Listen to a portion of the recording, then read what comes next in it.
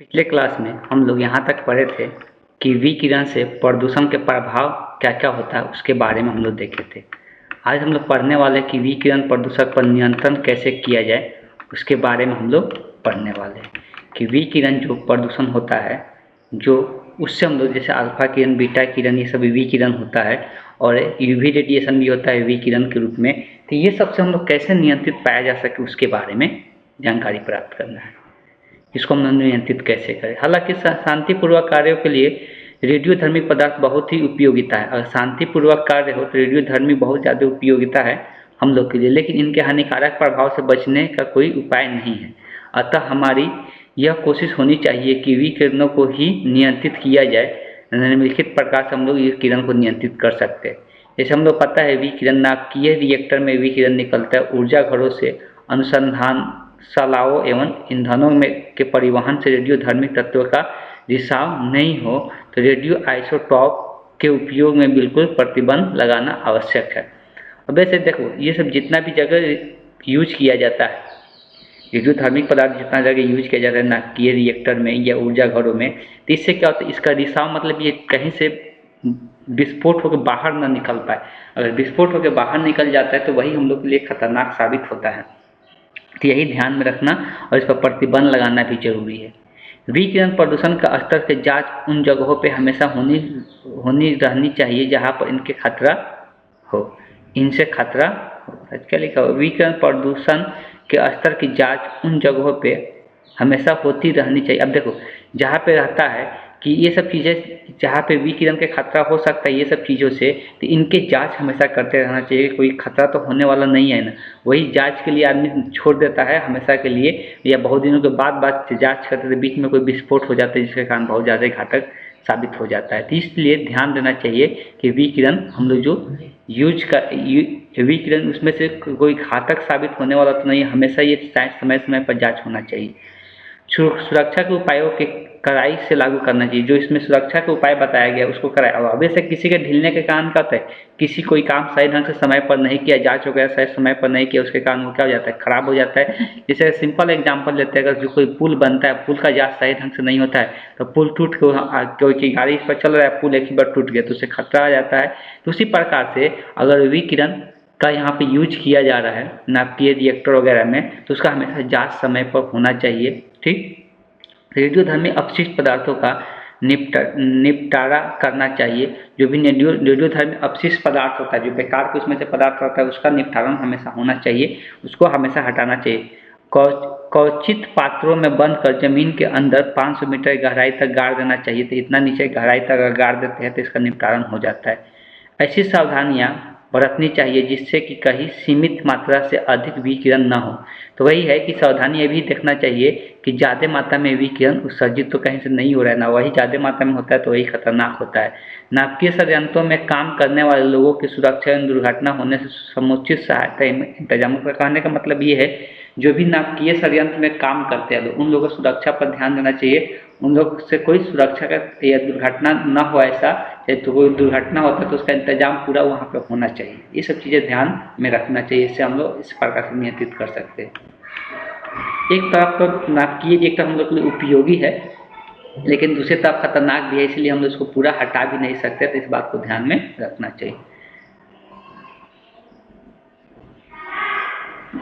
नाभिकीय अपशिष्टों का निकालना, जो नाभिकीय अपशिष्ट निकलता है उसका भी निपटान करना जरूरी होता है।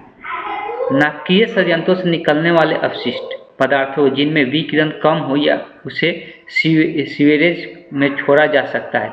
देखो जब नाभिकीय संयंत्रों से जो अपशिष्ट निकलता है और उसमें से विकिरण का मात्रा बहुत जब कम हो जाता है तभी जाकर उसको सीवरेज में मतलब नाला के तहत हम लोग क्या कर सकते हैं उसको बहा सकते हैं। अधिक विकिरण वाले अपशिष्टों का जिसमें विकिरण अधिक है विशेष उपचार संचय और निपटारा किया जाता है। मतलब उसका विशेष उपचार अपनाना चाहिए कि उसको तभी जाकर उसको हम लोग सीवेज में छोड़ सकते हैं। सीवेज मतलब होता है नाला में छोड़ सकते हैं। तो कहने का मतलब ये है कि जो ज़्यादा विकिरण निकलता है ऐसे डायरेक्ट नाला में उसको नहीं हम लोग बहा सकते। रेडियो न्यूक्लियड्स को अवक्षेपण द्वारा थक्के के रूप में अलग किया जा सकता है। उसमें रेडियो न्यूक्लियोकस जो अवक्षेपण निकलता है, जो अवक्षेप ठोस के रूप में निकल जाता है, उसके थक्के के रूप में क्या कर सकते हैं हम अलग कर सकते हैं। ठोस तथा सांद्रित रेडियोधर्मी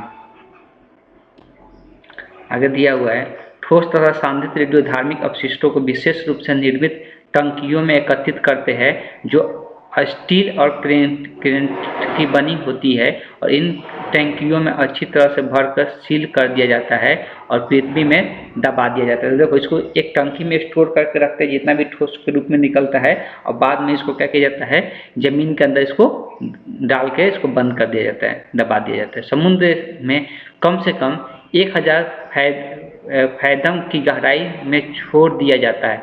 और समुद्र कितना नीचे इसको जाकर छोड़ा जाता है, तो 1000 फैदम इसका गहराई मापने का समुद्र का मात्रक होता है।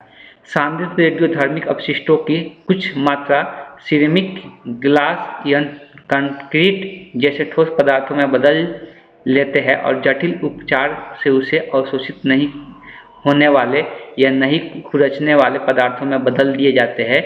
वैसे अपशिष्टों का जिनका अर्ध आयु लंबी होती है उनका बिल्कुल भी निपटारा नहीं हो सकता। अब देखो, जिसको निपटारण होने में बहुत ज़्यादा समय लगता है, अर्ध आयु हम लोग पढ़े थे एक चैप्टर में केमिस्ट्री का ही, तो अर्ध आयु उसका कितना समय है, फिजिक्स में भी पढ़े थे। अर्ध आयु मतलब जो उसको आधा होने में जो समय लगता है उसको हम अर्ध आयु कहते हैं। तो मान लो कि वो बहुत लंबा समय ले रहा है तो उसका निपटारण हम लोग नहीं कर सकते हैं इतना आसानी से। आगे जो अब हम लोग पढ़ने वाले ध्वनि या शोर पॉल्यूशन के बारे में पढ़ें। ध्वनि मतलब आवाज़ वाला जो पॉल्यूशन होता है। देखो, जो साउंड होता है ना, तो कोई साउंड किसी के लिए अच्छा होता है, कोई साउंड किसी के लिए खराब होता है। इसीलिए अगर साउंड बेकार का साउंड मेरे तरफ आता है, अगर हम लोग तरफ आता है जो हम लोग क्या होता है, मन को नहीं भाता है, उसी को हम लोग क्या कहते हैं, ध्वनि पॉल्यूशन कहते हैं। और उससे हम लोग को तकलीफ भी होता है, दिक्कत भी होता है, नींद सही से नहीं आएगा, बहुत सारी परेशानियां देखने को मिलता है। तो अगर 1987 का बात करेंगे, वायु प्रदूषण निरोध एवं नियंत्रण अधिनियम 1981 का संशोधन कर शोर वायु प्रदूषण में सम्मिलित किया गया। मतलब पहले वायु प्रदूषण के बारे में, मतलब शोर के बारे में नहीं सोचा गया था, शोर जो हल्ला होता है, लेकिन इसको बाद में शामिल कर लिया गया 1981 में कि ये भी एक प्रकार का क्या है, पॉल्यूशन है। अनचाही ऊंचाई आवाज़ का शोर का कहा जाता है। मतलब अनचाही मतलब हम जिसको जो आवाज़ हमको पसंद नहीं, अगर वैसा हमको आवाज़ मेरे पास आ रहा है तो उसी को हम लोग क्या कहते हैं, शोर कहते हैं। इनसे होने वाले हानिकारक परिवर्तन को शोर प्रदूषण कहते हैं। अवश्य इससे हम लोग को हानिकारक प्रभाव भी देखने को मिलता है, उसी को हम लोग क्या कहते हैं, शोर पॉल्यूशन के नाम से जानते हैं या ध्वनि पॉल्यूशन के नाम से जानते हैं। यातायात के विभिन्न साधन, लाउड स्पीकर, टेलीविजन, स्टीरियो, कारखानों और निकलने वाले आवाज़ आदि ध्वनि पॉल्यूशन। अब जैसे कि लाउड स्पीकर का आवाज़ हो, किसी स्टीरियो का आवाज़ हो, कि कोई कारखाना का आवाज़ हो, जब हम उसको पसंद नहीं आता है तो हम लोग के लिए वो क्या हो जाता है, ध्वनि पॉल्यूशन कहलाता है। हम अपने दैनिक जीवन में अनुभव करते हैं, यदि ध्वनि की गति तीव्र हो तो उसे हम आसानी से सहन नहीं कर पाते। अगर बहुत ज़्यादा कोई ध्वनि हम लोग के पास से गुजरता है तो उसको सहन करना बहुत मुश्किल होता है, किसी किसी का कान ही खराब हो जाता है। कभी कभी बहुत तीव्र ध्वनि होने पर हमें अपने कान बंद करने पड़ते हैं। और तीव्र गति वाले ध्वनि न केवल हमारी श्वसन शक्ति का नाश करता है अपितु मस्तिष्क पर भी और बहुत से हानिकारक प्रभाव डालता है। देखो, श्वसन मतलब श्रवण, श्रवण मतलब सुनने का शक्ति होता है, श्रवण मतलब होता है सुनना, तो सुनने की शक्ति तो खत्म करता ही है, ये हम लोग मस्तिष्क पर भी हम लोग हानिकारक प्रभाव डालता है। बहुधा कारखानों से निकलती हुई ध्वनि, जेट विमानों की ध्वनि, जो जेट विमान होता है उड़ता है जो हवाई जहाज, उसका ध्वनि, जनरेटरों की ध्वनि, ड्रिल मशीनों के ध्वनि, तो ये सब जितना भी मशीन वगैरह लगा होता है, कारखाना होता है या रेलगाड़ी की ध्वनि, ये सब हम लोग के लिए क्या होता है, हानिकारक प्रभाव। या लाउड स्पीकर बहुत ज़्यादा तेज साउंड में बजता है तो वो भी के लिए हम लोग के लिए क्या होता है, मस्तिष्क के लिए हानिकारक होता है। अब जब ये चीज़ बताया जाता है तो ध्वनि की इकाई को, ध्वनि का कितना मान है, कितना रहना चाहिए, उसको हम लोग किस में मापते हैं, डेसिबल में मापते हैं। किस में मापते हैं, डेसिबल में मापते हैं। डेसिबल में इसको मापते हैं। साधारण 25 से 30 डेसिबल की ध्वनि सहन की जा सकती है। तो हम लोग के लिए सब जो ध्वनि परफेक्ट ध्वनि होना चाहिए वो कितना होना चाहिए, 25 से 30 डेसिबल होना चाहिए। जो जेट हवाई जहाज जब उड़ान आरंभ करती है तो उसका ध्वनि कितना रहता है, 150 रहता है, बहुत ज़्यादा रहता है इसके तुलना में। ठीक, रॉक एंड रोल की ध्वनि अगर बात करेंगे तो 120 से 130 डेसिबल रहता है। 80 डेसिबल से ध्वनि पर मनुष्य बेचैनी महसूस करने लगता है। अगर 80 डेसिबल से अधिक ध्वनि अगर रहेगा तो इंसान के लिए क्या होता है, वो बहुत ज़्यादा बेचैनी पकड़ लेता है। और 30 से 40 डेसिबल पर पीड़ा और सिर दर्द पकड़ने लगता है। अगर इससे ज़्यादा इतना अगर ध्वनि उत्पन्न होता है तो इंसान को सिर दर्द होने लगता है। आधुनिक घरेलू उपकरण जैसे mixie, air conditioner, cooler, vacuum cleaner, ये सब जो होता है ध्वनि प्रदूषण पैदा करता है। लेकिन ये सब चीज़ें है कि ध्यान में रखना है कि मतलब ये सब भी ध्वनि प्रदूषण पैदा करता है। बहुत सारी ऐसी चीज़ें, बंदूक, इंजीनियरिंग उद्योग, ये सब जितना भी उद्योग वगैरह होता है सब एक प्रकार क्या करता है, ध्वनि प्रदूषण फैलाता है। अब देखो, जब ध्वनि प्रदूषण होता है तो उसका हम लोग क्या क्या चीज़ें हानिकारक प्रभाव देखने को मिलता है। जब ध्वनि प्रदूषण होता है तो इस बात को ध्यान में रखना है कि अगर ये क्या करता है, ये ध्वनि मस्तिष्क में जाके ये कंपन करते हुए कहाँ पे पहुँचता है, हमारे मस्तिष्क में पहुँचता है, जो कि मस्तिष्क को ये धीरे धीरे मतलब मस्तिष्क हम लोग का संवेदनशीलता को धीरे धीरे क्या करता है, खो देता है, बहरा पर बना देता है, ऐसा देखने को मिलता है। जब ध्वनि बहुत तेज होता है तो हम लोग को सर दर्द करने लगता है, रक्तचाप में बढ़ जाता है, मतलब जो हम लोग को ब्लड प्रेशर होता है वो बढ़ने लगता है, इससे गंभीर रोग भी उत्पन्न हो जाता है। त्वचा की उत्तेजना, तीव्र ध्वनि जब रहेगा तो बहुत अलग अल्सर हो सकता है, मतलब बहुत अलग अलग क्रोध आएगा, बेचैनी आएगा, गुस्सा आएगा, ये सब चीज़ें देखने को मिलता है जब ध्वनि होता है। तब तेज ध्वनि एडिनल हार्मोन का स्राव करता है। तेज ध्वनि होता है तो एक हम लोग शरीर में हार्मोन स्रावित होता है, एडिनल हार्मोन स्रावित होता है, ये वृद्धि करता है, जिसके कारण हम लोग बहुत सारी दिक्कतें देखने को मिलता है। तेज आवाज़ में नींद का भी बाधा आने लगता है, नींद सही से नहीं आएगा। अगर आंखों की पुतलियाँ चौड़ी होने लगती है, गुर्दे पर भी मतलब जो हम लोग किडनी होता है उसका भी प्रभाव इस पर पड़ता है। अगर कोई गर्भवती महिला है तो उसका तंत्रिका में दोष आ जाता है, ठीक है, उसके शिशु में भी दुष्प्रभाव देखने को मिलता है, जो उसके बच्चे होते हैं उसमें भी ये प्रभाव देखने को मिल जाता है। अब कभी कभी ऐसा हो जाता है कि अगर ध्वनि बार बार एक ही ध्वनि अगर मिला वो उसको पसंद नहीं कर रहा तो मनुष्य क्या हो जाता है, उस केस में पागल भी हो जाता है। तो ये सब ध्वनि का प्रभाव देखने को मिलता है। अब इसको नियंत्रण करने के लिए क्या किया जाएगा। अब देखो, सबसे पहले जो अधिक शोर करता है मशीन, वैसा मशीन का यूज ना करें, कम शोर वाले मशीन का यूज करना चाहिए, ये चीज़ें ध्यान में होना चाहिए। मशीन आवाज़ कैसे क्यों करता था, उसमें ग्रीस और तेल समय समय पर नहीं दिया जाता तो ज़्यादा आवाज़ करने लगता है, तो ग्रीस और तेल उसमें देना चाहिए मशीन वगैरह में। अगर कोई भी उद्योग कारखाना है तो जहाँ पे आबादी रहता है उससे दूर होना चाहिए, इसलिए आबादी के बीच में रहेगा तो ये हमेशा के खराब करेगा। अब देखो, जो हवाई जहाज़ों का यातायात साधनों का इंजन होता है वो ऐसा बनाना चाहिए जो कम शोर करे, ठीक। लाउड स्पीकर का तेज नहीं बजाए, मतलब जित अपना सुनने लायक ही बजाए, ज़्यादा उसका मतलब ऐसा शोर करके ना बजाए कि जिसको दूसरे को परेशानी हो। जिसे लोग शादी ब्याह में करते ऊपर हम लोग हॉर्न लगा देते हैं जो कि अलग अलग लोगों को सुनाई देता है। अब जिसको उसको मतलब नहीं है उसको तो लिए वो ध्वनि प्रदूषण ही हो रहा है ना, इसलिए अगर बॉक्स का ही यूज करे, सिर्फ अपने घर के आसपास ही आवाज़ को रखे तो सबसे अच्छा रहे। ये सब चीज़ें ध्यान देना चाहिए। दूसरे है कि जो पेड़ पौधा होता है वो ध्वनि को कम करता है, पेड़ पौधा जो होता है वो क्या करता है, ध्वनि को कम करता है, इसीलिए आसपास क्या होना चाहिए, पेड़ पौधा होना चाहिए जो ध्वनि को क्या करे, कम करे। तो पेड़ पौधा भी ध्वनि को कम करता है। ध्वनि और शोषक पदार्थ का उपयोग, देखो बहुत सारे घरों में जाओगे जब सामान बहुत ज़्यादा रहता है तो उसमें ध्वनि कम निकलता है, कम गूंजता है। अगर हम लोग देखेंगे बहुत सारे खाली घर होता है तो उसमें जाके बोलेंगे तो आवाज़ गूंजने लगता है। तो सामान को रहने से आवाज़ को क्या करता है, अवशोषित करता है, जिससे ध्वनि पर कंट्रोल होता है। कुछ इसके लिए कानून का कड़ाई से अनुपालन, मतलब कानूनी कार्रवाई इस पर अच्छे से होना चाहिए। अगर कोई ध्वनि उत्पन्न कर रहा है आसपास आपके घर के पास तो आप उस पर जाकर केस भी कर सकते हैं। ऐसा नियम है कि अगर ज़्यादा ध्वनि कोई उत्पन्न कर रहा है आपके घर जहाँ पे रह रहे हैं तो उसके लिए आप जाकर केस भी कर सकते हैं। तो ये सब चीज़ें ध्वनि को कंट्रोल ऐसे किया जा सकता है।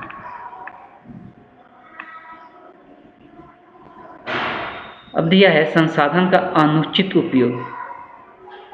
हम देखो, जो संसाधन होता है ना उसको उचित रूप से नहीं उपयोग करते लोग। कैसे करते हैं, अनुचित रूप से, मतलब जितना चाहिए उससे ज़्यादा लोग उपयोग करते हैं, जितना में काम चल सकता है उससे ज़्यादा लोग उपयोग करते हैं। तो ये भी हम लोग के लिए एक खतरनाक चीज़ होता है। बढ़ती जनसंख्या, औद्योगिकरण और शहरीकरण के चलते प्राकृतिक संसाधनों का अनुचित और बेतहाशा प्रयोग लोग कर रहे हैं। जनसंख्या बढ़ रहे, उद्योग बढ़ रहा है तो कोई भी संसाधन जो है उसका उपयोग बहुत ज़्यादा मात्रा में लोग कर रहे हैं, जिसका परिणाम स्वरूप संसाधनों का अत्यधिक दबाव पड़ता जा रहा है और विभिन्न प्रकार की समस्या भी क्या हो रहा है, उत्पन्न होते जा रहा है। आगे मृदा अपरदन और भूक्षरण और मरुस्थलीकरण। अगर हम लोग बात करेंगे मृदा अपरदन का मतलब बता चुके हैं, जो मिट्टी होता है, मिट्टी का जो बहाव होता है, मिट्टी बह जाता है एक जगह दूसरी जगह चला जाता है, उसको मृदा अपरदन के नाम से जानते हैं। तो ऐसा क्यों होता है? तो अब ऐसा है कि वहाँ पे क्या होता है, पेड़ पौधा नहीं रहेगा, पेड़ पौधा नहीं रहने के कारण वहाँ का मिट्टी क्या होता है, बह कर दूसरी जगह चला जाता है। तो ऊपरी जो मृदा होता है वो उपजाऊ होता है, अगर वो बह कर दूसरी जगह चला जाता है तो उससे क्या हो जाता है, वहाँ का उपजाऊ जो फसल उगाने का जो क्षमता होता है मिट्टी का, वो कम हो जाता है। ये सब चीज़ें देखने को मिलता है। भूक्षरण, इसको भूक्षरण के नाम से भी जानते हैं मृदा अपरदन को। मिट्टी जब ऊपरी लेयर कट कर वहाँ से दूसरे जगह चला जाता है तो उसी को हम लोग क्या कहते हैं, मृदा अपरदन के नाम से जानते हैं। ये सब विभिन्न कारणों से होता है। अगर घास वगैरह है तो वहाँ पर लोग बहुत ज़्यादा चराई करा देते हैं, वन वगैरह है तो काट देते हैं। तो ये सब चीज़ें हम लोग को देखने को मिला। जो फॉरेस्ट वगैरह होता है उसको बर्बाद कर देते हैं जब यहाँ पर मृदा अपरदन इसी सब कारणों से होता है। या वहाँ पे शहर बसाने के लिए सारे पेड़ पौधा को काट देते हैं। तो ये सब कारण होता है भूक्षरण का या मृदा अपरदन का।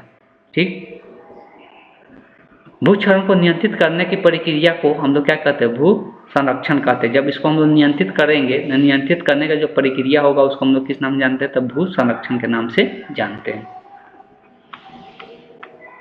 आगे 2 लाइन और दिया है, जलक्रांति और मृदा लवणता।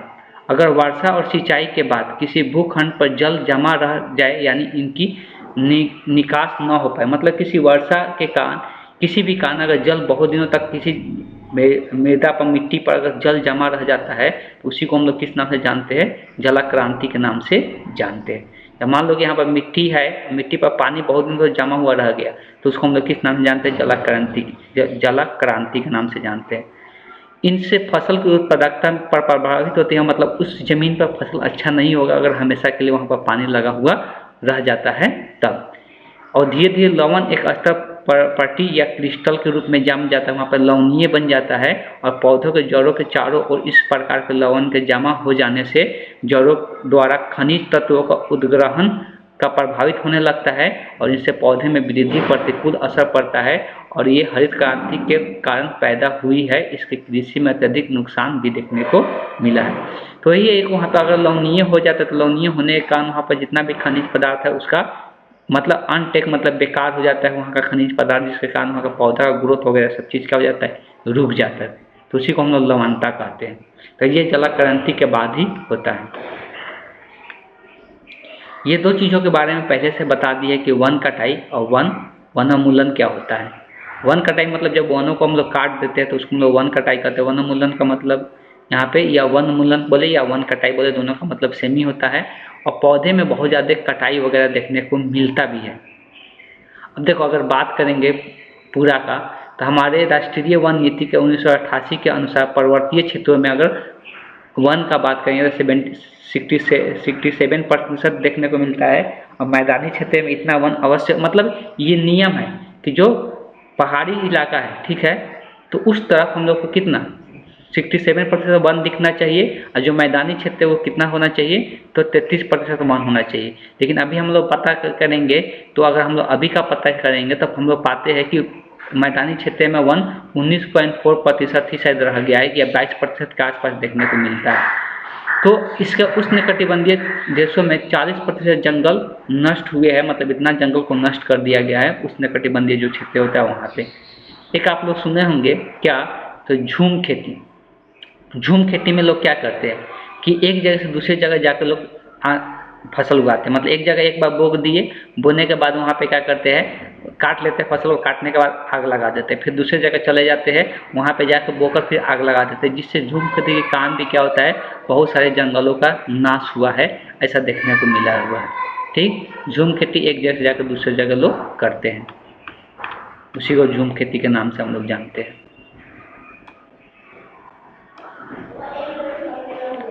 कृषक जंगल कृषकों को काट कर ईंधन का काम में लाते, तो वही चीज़ लिखा जाता है। बहुत लोग कृषक जो होते हैं, खेती करने वाले, जंगलों को काट कर उसको क्या करते हैं, ईंधन के रूप में प्रयोग करते हैं, जलावन के रूप में प्रयोग करते हैं।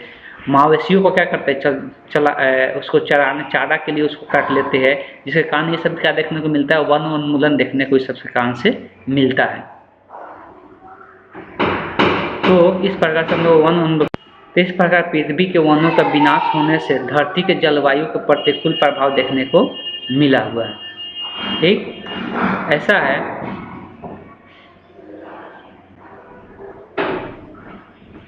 कि अब देखो पेड़ पौधा कम रहेगा तो कार्बन डाइऑक्साइड की मात्रा क्या होने लगता है, वायुमंडल में बढ़ने लगता है, जिसके कारण हम लोग के हानिकारक प्रभाव देखने को मिलेगा।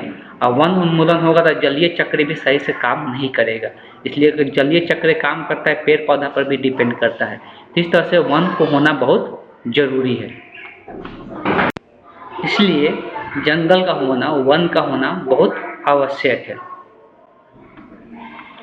अब ये कौन कर सकता था, अब ऐसा कि वन रोपण करे, वृक्ष रोपे, जितना वृक्ष लगाएंगे उतना ज़्यादा फायदेमंद है, तो पेड़ पौधा का होना बहुत जरूरी है। ये चीज़ें हम ही लोग कर सकते हैं और कोई दूसरा नहीं करेगा। वन संरक्षण में लोगों की भागीदारी, वन को बचा के रखने में लोगों की क्या भागीदारी है, लोग कैसे इस पर काम कर रहे हैं कि वन को बचा के रखा जा सके।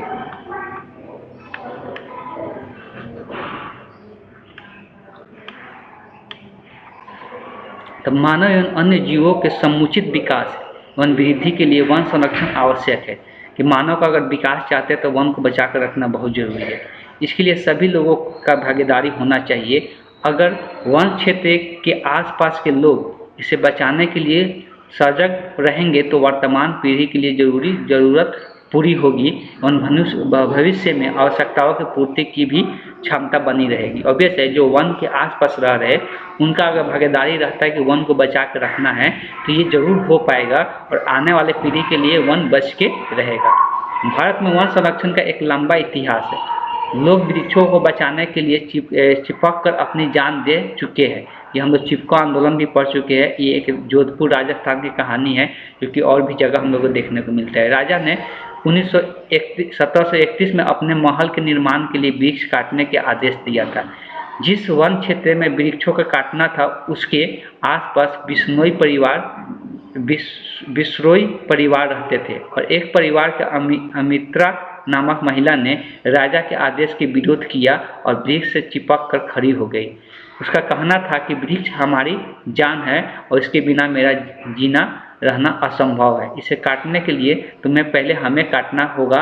और राजा के लोगों ने पेड़ के साथ साथ उस महिला का, उसके बाद उसकी 3 बेटियों का और बिश्नोई परिवार को सैकड़ों लोगों के वृक्ष के साथ कटवा दिया था।